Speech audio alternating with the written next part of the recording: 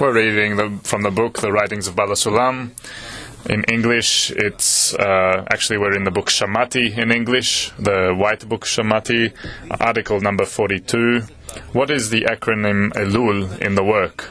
It's on page 133 of the white Shamati book in English. Questions related to the topic of the lesson can be asked at kab.tv, and they'll be asked during the lesson. Okay, we have to understand that when we are reading Shamati articles or any other article by Bala Sulam, they're written in a language which is kind of archaic. It's a bit hard for a modern person and for people who are distanced from this religious style of writing. But that's good because it lets us toil and trying to understand all these verses and these examples that don't exactly speak to us, in order to try and penetrate and understand what he wants to tell us. And atop this hardship, we get the opportunity to bond, and it's more bonding for he who reads it, who has a greater hardship. What is the acronym Elul in the work? Elul is the acronym for the verse, I am for my beloved, and my beloved is mine.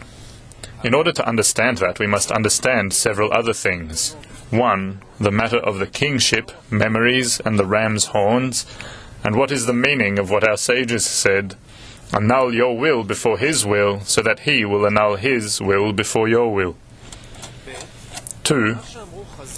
The words of our sages, evil at once to death, and righteous as at once to life. 3. The verse, the sons of Gershon, Livni and Shmini. 4. The words of the Holy Zohar, Yud is a black point that has no white in it. 5. Malchut of the upper becomes Keter to the lower. 6. What is gladness testifies if the work is in wholeness. All these things apply in the preparation of the month of Elul. To understand all the above, we must understand the purpose of creation, which is said to be because he wishes to do good to his creatures. And because of the tikkun, the correction, so that there will not be a matter of bread of shame, a tzimtzum, a restriction, was made. And from the tzimtzum extended the masach, the screen, by which the vessels of reception are turned into bestowal. And when the vessels are prepared to be in order to bestow, the hidden and treasured light for the creatures is received immediately. It means that one receives the delight and pleasure that was in the thought of creation to do good to his creatures. With that we can interpret what is written, annul your will before his will, meaning annul the will to receive in you before the will to bestow, which is the Creator's will. This means that one will revoke self-love before the love of God. This is called annulling oneself before the Creator, and it is called dvekut, adhesion. Subsequently, the Creator can shine in your will to receive, because it is now corrected in the form of receiving in order to bestow. This is the meaning of, so that he will annul his will before your will. It means that the Creator annuls his will, meaning the tzimtzum, the restriction, that was because of the disparity of form. Now, however, when there is already equivalence of form, hence now there is expansion of the light into the desire of the lower that has been corrected in order to bestow, for this is the purpose of creation, to do good to his creatures, and now it can be carried out.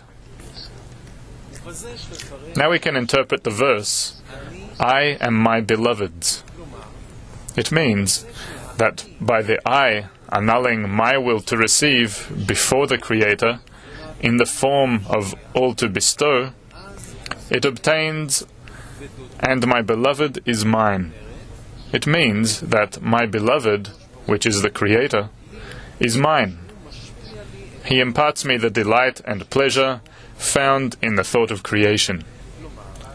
Thus, what was hidden and restricted before has now become disclosure of the face, since now the purpose of creation has been revealed, which is to do good to his creatures. We must know that the vessels of bestowal are called Yud-Hei, of the name Havaya, Yud-Kei Vav-Kei, which are pure vessels. This is the meaning of all who receive, receive in the purer vessel. In that state one is awarded, and my beloved is mine, and he imparts abundance upon him, meaning he is rewarded with the revelation of the face. Yet there is a condition to that. It is impossible to obtain disclosure before one receives the discernment of Achoraim, posterior, discerned as concealment of the face, and to say that it is as important to him as the disclosure of the face. It means that one should be in gladness as though one has already acquired the disclosure of the face. However, one cannot persist and appreciate the concealment like the disclosure except when one works in bestowal. At that time, one can say, I do not care what I feel during the work, because what is important for me is that I want to bestow upon the Creator. If the Creator understands that He will have more contentment if I work in a form of Achoraim, I agree. However, if one still has flickers of reception, one comes to thoughts, and it is then hard for him to believe that the Creator leads the world in a matter of good that doeth good. This is the meaning of the letter Yud in the name Havaya, which is the first letter called a black point that has no white in it, meaning it is all darkness and concealment of the face. It means that when one comes to a state where one has no support, one's state becomes black, which is the lowest discernment in the upper world, and that becomes the Keter to the lower one, as the vessel of Keter is a vessel of bestowal. The lowest discernment in the upper is Malchut, which has nothing of its own, meaning that she does not have anything, and only in this matter is it called Malchut. It means that if one assumes the kingdom of heaven, which is in a state of not having anything, gladly, afterwards it becomes Keter, which is a vessel of bestowal and the purest Kli. In other words, the reception of Malchut in a state of darkness subsequently becomes a Kli of Keter, which is a vessel of bestowal. It is like the verse, for the ways of the Lord are right, and the just do walk in them, but transgressors do stumble therein. This means that transgressors, those who are controlled by the vessels of reception, must fall and be crouching under their load when they come to that state. The righteous, however, meaning those who are in the form of bestowal, are elevated by that, meaning by that they are imparted vessels of bestowal. It is as the Holy Zohar writes, that the Holy Divinity told Rashbi, Rabbi Shimon Bar Yochai, there is no place to keep from you, and this is why she appears to him. This is the meaning of what Rashbi said, Because of that, and his desire is upon me, and this is, I am my beloved's, and my beloved is mine, and then he administers to the Vav Hey.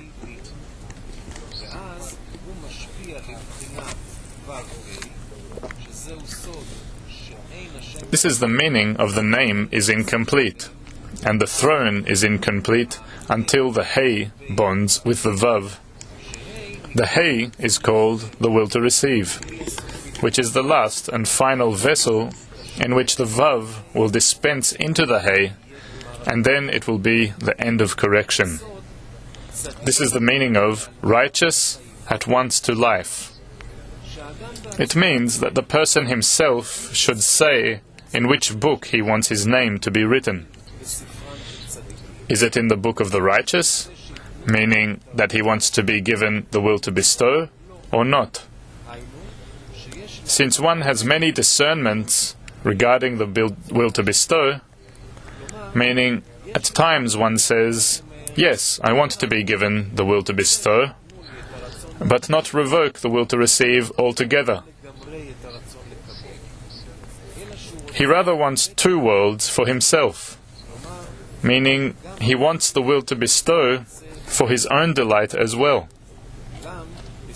However, only those who wish to turn their vessels of reception to be only in bestowal and not to receive anything for themselves are written in the book of the righteous.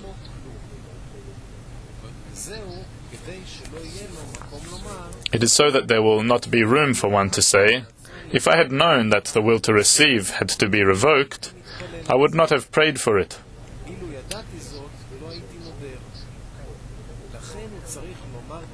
Hence, one must unreservedly say what one means by being registered in the book of the righteous, so that he will not complain afterwards. We must know that in the work, the book of the righteous and the book of the wicked are in one person. It means that one must make a choice and clearly know what one wants, because righteous and wicked relate to the same person. Hence, one must say, if he wants to be written in the book of the righteous, to be immediately for life, meaning cleave to the life of lives, that he wants to do everything for the Creator. In addition, when one comes to be written in the book of the wicked, where all those who wish to be receivers for themselves are registered, one says that they should be written there to death at once, meaning that the will to receive for oneself will be revoked in him as if it had died. Yet, sometimes one is doubtful. In other words, one does not want that one's will to receive will be immediately revoked in him. It is hard for one to decide at once that all his fractions of reception will be put to death instantaneously, meaning he does not agree that all his desires for reception will be annulled in him at once. Instead, one wants that one's fragments of reception will be annulled in him gradually and slowly, not all at once, meaning that the vessels of reception will operate some, and some the vessels of bestowal. It follows that this person has no firm and clear view. A firm view is that on the one hand he claims it is all mine, meaning all for the purpose of the will to receive. On the other hand, he claims that it is all for the Creator, and this is called a firm view. Yet, what one can do if the body disagrees with one's view of wanting to be entirely for the Creator? In that state, you can say that this person does everything he can to be entirely for the Creator, meaning he prays to the Creator to help him be able to execute all his desires only for the Creator. It is for that we pray. Remember us for life and write us in the book of life. This is why he writes Malchut, meaning that one will take upon oneself the discernment of the black point that has no white in it. This is the meaning of annul your will so that your remembrance will rise before me, and then his will be annulled before your will. With what? With a horn, meaning with the horn of the mother, meaning the matter depends on repentance. In other words, if one accepts the blackness, one should also try that it will be in an honorable manner, and not in a disgraceful manner. This is called the horn of the mother, meaning that one will consider it handsome and respectable. Accordingly, we should interpret what is written, the sons of Gershon, Libni and Shimi. If one sees that he has been expelled from the work, one should know that this is due to Livni, meaning because he specifically wants whiteness. In other words, if one is given the whiteness, meaning that everything one does will shine, which means that one will feel a good taste in the Torah and in the prayer, then one is willing to listen and engage in Torah and mitzvot. This is the meaning of Shim'i. It means that it is precisely through a form of whiteness that one can hear. However, during the work, one sees a shape of black and cannot agree to hear of taking upon himself this work. Hence, one must be expelled from the king's hall, for reception of the kingdom of heaven must be unconditional surrender. However, when one says that he is willing to take upon himself the work on condition that there will be a shape of white, meaning that the day will shine for him, and he does not agree if the work appears to him in a black form, this person has no place in the king's hall. This is because those who wish to work in order to bestow are admitted into the king's hall, and when one works in order to bestow, he does not mind what he feels during the work. Rather, even in a state where one sees a shape of black, one is not impressed by it, but he only wants the Creator to give him strength to be able to overcome all the obstacles. It means that one does not ask of the Creator to give him a shape of white, but to give him the strength to overcome all the concealments. Hence, those people who want to work in order to bestow, if there is always a state of whiteness, the whiteness allows one to continue in the work. This is because, while it shines, one is able to work even in the form of reception for oneself.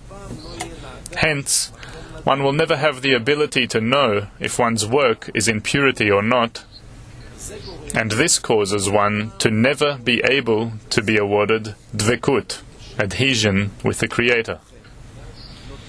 For this reason, one is given a form of blackness from above, and then one sees if one's work is in purity. In other words, if one can be in gladness in a state of blackness too, it is a sign that one's work is in purity, because one must be glad and believe that from above he was given a chance to be able to work in order to bestow. This is as our sages wrote, all who are greedy are cross.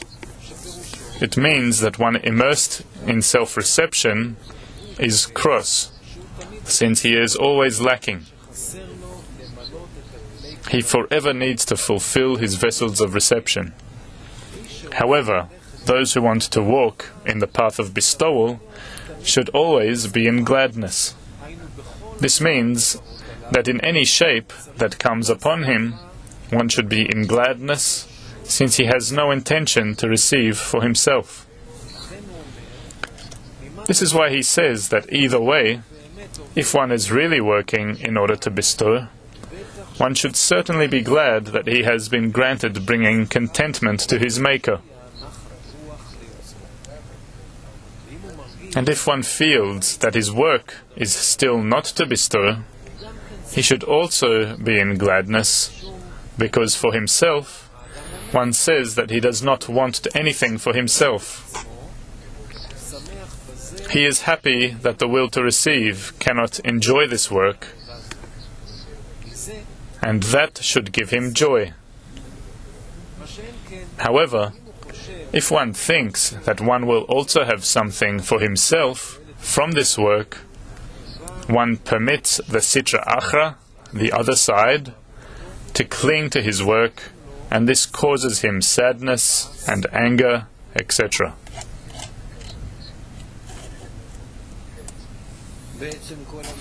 Actually, the entire article is around one thing. The Malchut of the upper is empty, black, gives us nothing. That's how spirituality seems to us. And it's not appealing. And the Keter of the lower has something. Or in my state, I also have nothing, but the upper state is worse, because I have nothing in the vessels of reception. And the upper, he makes it even harder for me. He says, you want to be in bestowal. I have nothing to eat, and you're telling me hand out to others. What are you talking about here? And that's why here, the only thing you can do is surrender unconditionally, where a person has to examine the extent to which he's capable advancing by the power of light and not by his own powers. It's something where there's no hope in fulfilling your own ego, no hope to succeed in your business in this world, and that's for sure. Meaning you will have everything after you give everything up. It's clear. Rami, I see you're glad. Why are you laughing? The world is a funny place.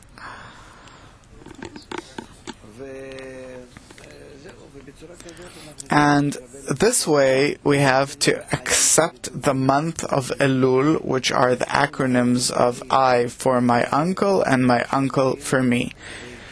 He gives me such conditions that by them I can get rid of my egoistic state in this world. And if he would have given me a good life, then for sure I would have not been able to get out of what I'm in, because I would have been tied by 1,000 chains to the good, to the fulfillment, to different pleasures that he gives me, as Bala Sulam says in Introduction to Tess, that the Creator puts a man's hand on the good. How? He gives him a life of suffering, a life of darkness on the one hand, and on the other hand, on the other side, he shows him a small crack of through which comes light, and how can he escape through there. And a man, he does it. And we have to understand, what does it mean that the Creator aims a person towards a bit of light? If he gives me a certain opportunity among all my losses to profit, to make a gain in the bank or in the lottery or whatever, then surely it's not about that. That's egoistically. My whole life, all of my incarnations, that's how I developed. But the Creator, He brings me to a group, to an environment, a society, as it says, the place of choice, and He tells me, take this and strengthen yourself. So He gives me a bit of light. He gives me the feel that this is called light.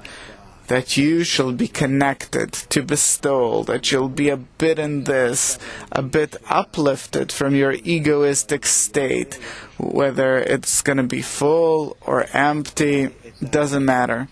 The Creator, He forms or puts together this picture for me. You're feeling corporally, well, you're poorly, and don't think that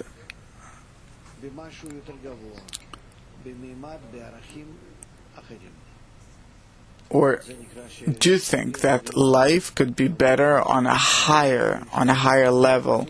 And that's the verse says about that some light shines through the crack, and I consider it as a place of tranquility. You can find it in Introduction to Tess, item 4. And thus, our entire direction, our entire advancement, and we have to put it before ourselves, obviously, and to constantly talk about it, a person with himself, in order to understand these things more and more and become accustomed to them. A habit becomes a second nature. We ascend to the place in the direction of faith above reason, bestowal above reception. I should get pleasure from bestowal. I should get contentment and happiness as a result of transcending the ego and not looking at what I have in it. And then, this way, I'm in need of the light to perform this change on me. But that is called I to my beloved one and my beloved one to me.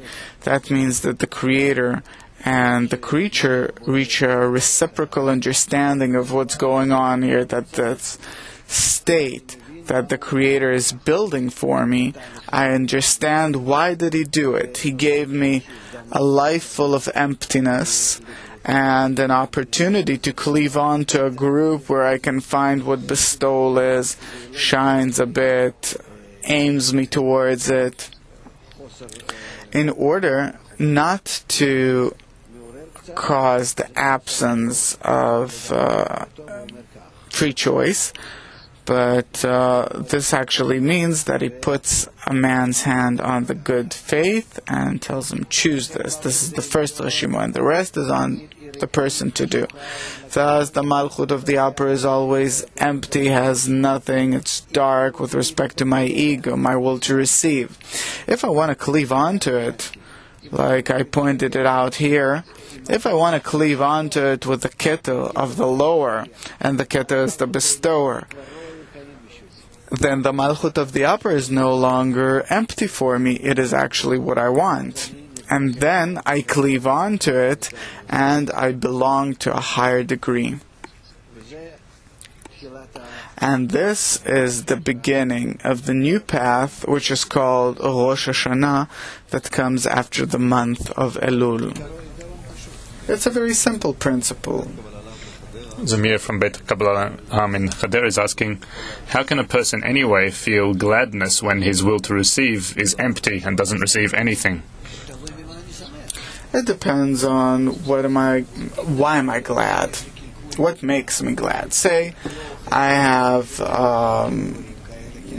something, I have problems with my stomach, and I'm not eating. I hear, these sounds coming out of my stomach. And on the one hand, I feel emptiness, but on the other hand, I feel generally better. So the vessels of reception are empty. The understanding that it's for my own good fulfills me. There's bitter and sweet, so this is bitter. And there is truth and false, so I enjoy the truth. It depends on where do I scrutinize the result of the situation. I see people investing plenty of powers into something, And they're happy because that power helps them achieve pleasure. There's this joke from Russia that one of these millionaires, the new millionaires, one says to the other, I bought some item for $3,000. He says, I bought the same for $5,000. That's not it's not a matter to laugh about. It's something from life. The thing is, according to how much I invest in it, correspondingly I feel the pleasure. For them it's a problem to feel the pleasure. What's the difference between 100 and 150 foot yacht? I paid 100 million or 200 million? They say he paid 200 million. What's the difference? The difference is that the value. Why didn't you buy it for $10,000 instead of $200 million? I wouldn't have had that much pleasure. I simply wouldn't have had that much pleasure. The exertion measures the pleasure. That's how it is. As much as you invest into a child, he becomes close to you. You adopt a child, you invest in him, you love them. Why? Because you invested in him. That's how it is.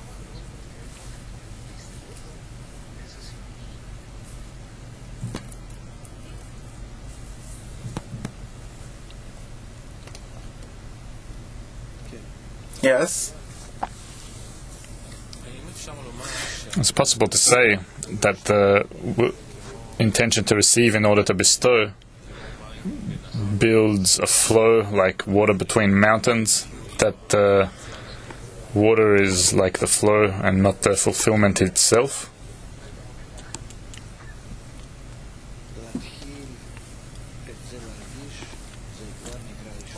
Starting to feel that, it's already considered the salvation of the Creator. It comes as a result of the influence of the reforming light. I have no explanation for it. It's like, say, if you would have come from another planet, and you would have seen how a woman takes care of the small baby. What's with her? 24 hours a day around that baby. Look how our life is organized. Everything cascaded from the upper Potzufim, the whole matter of family and kids and caring for them. You can learn about it from the way it is in the upper Potzufim. Look what goes on there. What love, what treatment, what care you have to, what love. For us, it's something natural that any living being cares for its offsprings. These are reshimot imprinted in a person, and he carries them out. Although today, because of the great outbreaking ego, these reshimot are weak compared to the private ego. That's why you throw babies away these days. But that's how it is on behalf of nature. Today the corruption is revealed, so that's how it is. Same in spirituality. However, in spirituality, you have to build this nature. You have to build the care. And this comes only by way of light. The difference between our world and the spiritual world is everything that happens there here egoistically, there happens by the light and in order to bestow, and then it's easy for you to implement. All the more, you can't stop bestowing. You can't stop bestowing, like in our world. Automatically you think, how will I receive? How will I feel better? How will I profit? How will I succeed? Each and every moment you keep it in the best possible way compared to what you have. In any case, in spirituality, this is how you refer to whatever is outside you. And you are only in order to serve it. Like Binah, like a mother towards her child. And who makes this inversion? The light. That's called the miracle of the Exodus from Egypt. This is our entire Exodus from exile to redemption. Redemption from the angel of death, because there you're truly free of the angel of death. You feel that you have no connection to this world, to this body. It's transient. Okay. But is it right, this imagination, to say that even like a person who says slang, like it's okay, just flow with it. Is it okay to say that this flow is being like the creator?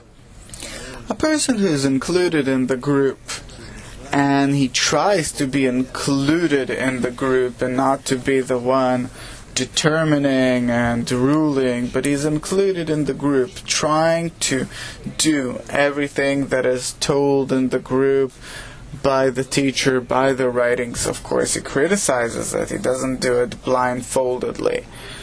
But we want to see, what am I doing? What's written in the books?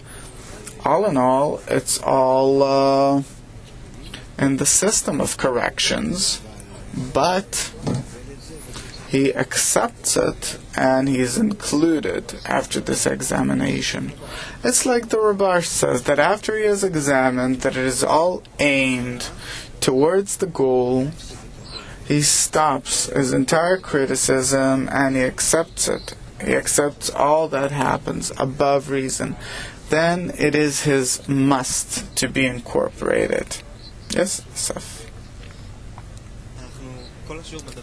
The whole lesson we're talking about a person receiving at each stage a new aviyut, a new desire, and it depends on his prior preparation, how much he succeeds to use it above reason, etc. Faith above reason, meaning that he accepts or takes the power of the light to be stronger than his will to receive. As simple as that. There is a certain force, say there's a magnet above me which pulls me stronger than Earth does. And then I'm in this power. It's not that I'm doing this and that and I myself want to jump. Won't help. I won't find the powers inside me. Inside me, I will find only an imprint, a request, a cry, tears, for it to come, for such a power to come, and to sustain me above the ground, above my egoistic desire. That's called faith above reason. This power, which is the power of bestowal, it brings me the power of bestowal. This is called faith above reason, above the power of the ground, above the power of my ego. Merely there are two powers in reality. The magnetic force depends on how much I prepared it in advance, before. It depends on how much you prepared it before, and you incorporated in the group, you immersed yourself in it, you got the light from the group, and you revealed it on yourself. Now, recently we've been talking about how we need to characterize. To characterize that on our side. Why internalize? So I'm talking about this. If we're going towards some event of unity, like a convention, we want already to use that as some opportunity to gather forces for the next state, for the next stage. So I'm asking, what do we need to change our attitude towards? What does it mean to gather forces? Like if I'm putting money in the bank, so I feel like I've put it there and I know I can use it later. How can I do the same thing towards work with unity with the friends, like with this magnetic force? A person who comes to Kabbalah, first of all, thinks that by his powers, by his brains, even emotionally, he reaches a result. I feel, I sense, I'm smart, I succeed in different places. I would have succeeded And this is what I did till now, and also here I'm in the same direction. And really, man's pride shall humiliate him. It takes a long time till he stops thinking that he doesn't want to control the group, he doesn't want to show himself and others that he is capable and ready and strong and everything. As he falls, as he's despaired enough, and it depends on many things, but in total, that he is despaired of his own powers, as Bala Sulam says in the letter, that there is no happier moment in a man's life than the moment he feels that from this point on, I can't do anything by my own powers, but the only thing can help me is the salvation of the Creator, the power of light, the attribute of bestowal. If it shall come, dress in me, then I'll succeed in doing something. I don't know what, but this is the only thing that can help. There has to be salvation. And this point is the most important point. Of course, whoever is not in that isn't. Whoever is, he is.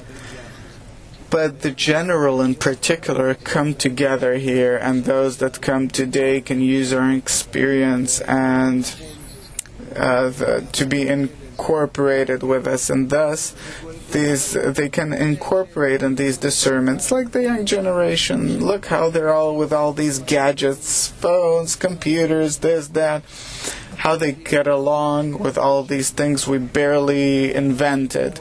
That they take it from the darkness, from the uncertainty. How much did we suffer till we developed something? And they come, everything's there, ready for them. And they disregard us altogether, take it, and let's go. Meaning, this is also how we have to understand that for the young who come, it's not that we have to refer to them disregardfully, but vice versa. They can succeed much better and quicker than us because they're really riding on our shoulders. They're the next generation. That's it. And together, we have to create such a spirit, such an understanding among the public that a person is incapable. It says, if not I for myself, then who? On the one hand. On the other hand, none else besides him. And there are plenty of verses and quotations about it, just like I said about the letter by Bala Sulam, that you have to achieve despair. And despair is our goal. Meaning that we're glad that we're constantly discovering the despair, the descents which we discover. This is something along our way, and the more we put into it in order to discover it.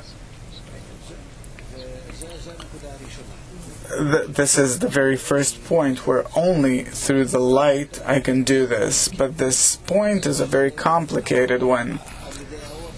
By the light, it's not I and the light and the Creator personally, but I inside the group, where I discover the breaking. And this breaking I have to correct. Towards this breaking I have to be in order to bestow. And I'm incapable. And then comes the light, if the light will come. And what will it do? It will give me the ability to connect to them. And when I'll discover the Creator, I will be glad that I can bestow onto Him. And this is actually the goal. Meaning I have to discover this whole case to the as deeply as possible, and to wait for the salvation to come from the innermost point.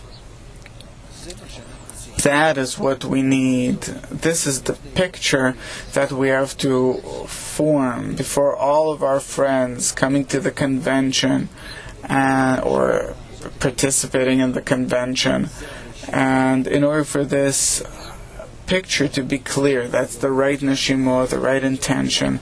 As we read today on Sulam Yaakov, then a person, he's sure that he's standing before the ladder, before Jacob's ladder, and the rungs are there set before him.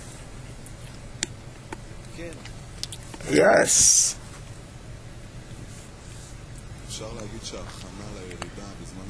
Could we say that the preparation for the descent during the time of ascent is how I can respond to this descent that's going to come to me?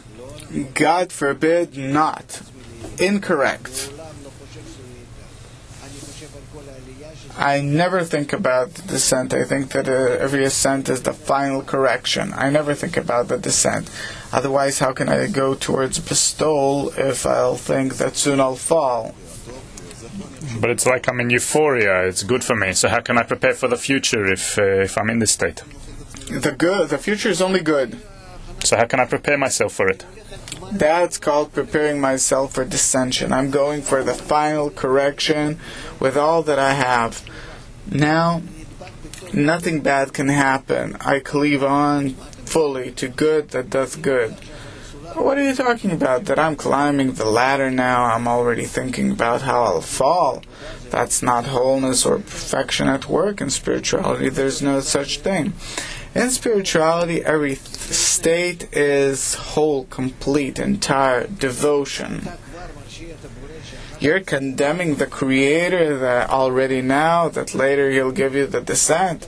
Now you're aimed only at bestowal. You're thinking about nothing. You aren't imagining it correctly. I'm now headed towards an ascent, and any descent that will come later on will be an ascent for me. What are you thinking during the time of ascent?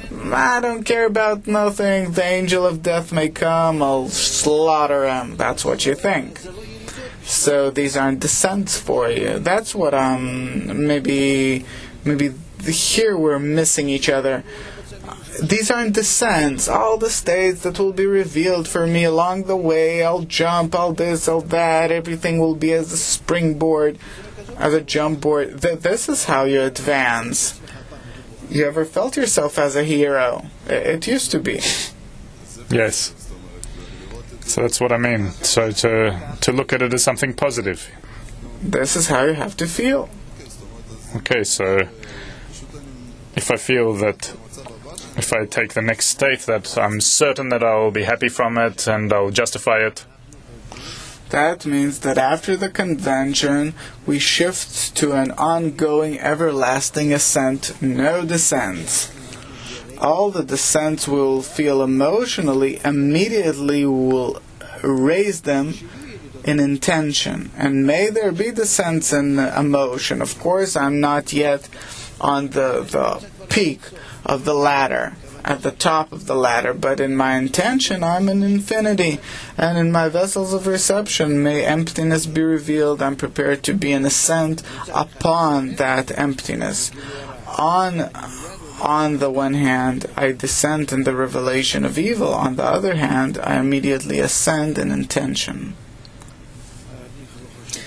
I don't think that we have time left, and that's it, so... And my throat.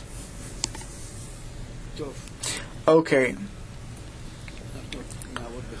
We will work on the holidays. We will work in the time we have left. But we have to really chew these articles really well. What we started several weeks ago. And every time we have to work thoroughly. And in the simulator, put in more things there. I'm writing about it on the blog, to read the blog. And in short, to start this process towards the convention. That by this, we want to cross to the phase of constant ascent, regardless of the path we take. We accept everything as an ascent. And by this, we conclude. And a few announcements to end with. During the holidays, everyone has an opportunity to engage in this great dissemination action with love to the nation of Israel. We're giving a holiday version of the newspaper to the whole of the nation of Israel. Now we're going to watch a short clip about this dissemination act. On the 5th of June 1940, Bala Sulam decides, the writer of the commentary to the Salam, to publish the Ummah Nation newspaper, the very first Kabbalistic newspaper. 66 years later comes out the first Kabbalah newspaper, a newspaper which wishes to bring the ancient message to our generation. And now, during the holidays, we all have the opportunity to turn everyone's New Year into a sweet one, with love to the people of Israel. We're disseminating all over Israel towards the New Year's, and we're handing out a festive edition of Kabbalah to all of Israel, and we're turning our year to a happy and sweet one. In order to disseminate newspapers in your area, please dial 1-700-509-209. We're inviting you to the website of the building of the new social internet system at internet.kbb1.com. Engage in the daily questionnaires, write your ideas of how we can build together the spiritual environment. And the band, Dor Hacharon, is very happy to notify that they're going to be, that the performance in Tel Aviv has been sold out. Thank you very much to everyone, and next performance will be announced soon.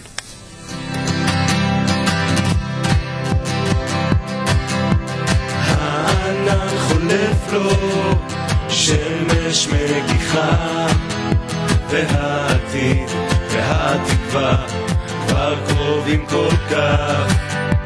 כל מי שבוחר לו דרך חדשה, ליבו מצמיד לאהבה, מגלה אותה.